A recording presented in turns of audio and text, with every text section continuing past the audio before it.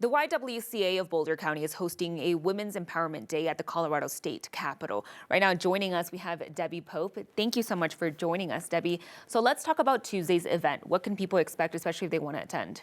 Well, I think really what we're trying to do, and it's the first year we're actually doing this, but it's an opportunity to bring women and especially young women into all together to be able to, one, learn about the advocacy process, but then also to have their voice heard about what legislative bills are important to them, especially when we look at the things that are important to us in our mission, which is racial justice and health and safety for women and girls and economic advancement. So for those coming, and it's great, we have a lot of high school women and college women. It's a really beautiful intergenerational collection of women. And so we'll be hosting a reception for legislators in the morning and doing some different activities with the bills that are being presented.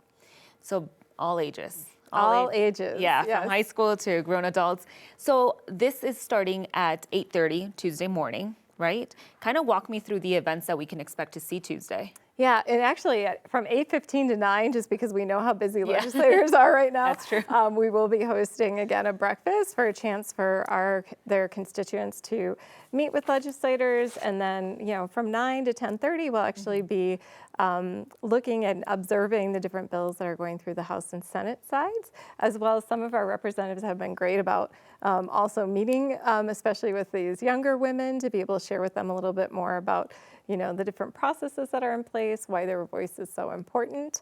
And then we'll also be having an opportunity to do individual meetings with legislators so that these young women and women have an opportunity to actually talk directly with their legislators. Yeah. And we'll finish up with a Capitol tour. That's amazing. And we just had something up that said that you have to register, correct? That is correct. Yes. Kind of walk us through that if people want to attend and they want to register. Yeah, so if there should be hopefully a link that we have that will take you to a registration form. Yep, I think there we have it. And that's fantastic. And that's just so that, one, we're doing just a very brief 1-hour virtual training for those who are interested in coming, just to make sure everybody's clear about sort of what the process is. It's even a way to be able to better understand how all this legislation works, but then also more details about the day itself. And it's an opportunity when people register, we also make sure they know who their representatives are and have more information.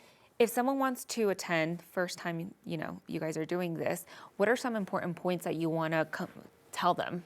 Yeah, I think the most important thing is that our voices really do matter. And I think we're seeing a lot of that even as we've been looking at things like reproductive rights in our state and looking at bills that are about equal pay for equal work. All of these things have happened because women and allies have been at the front of these and making sure that their legislators know what bills are important, but then also making sure that when those bills are being presented and voted on, that our voices are there and we're letting our representatives know that we want to support that. So this is a really great way too, I think, for younger women to see how they can be involved in the civic engagement process and that their voices are powerful.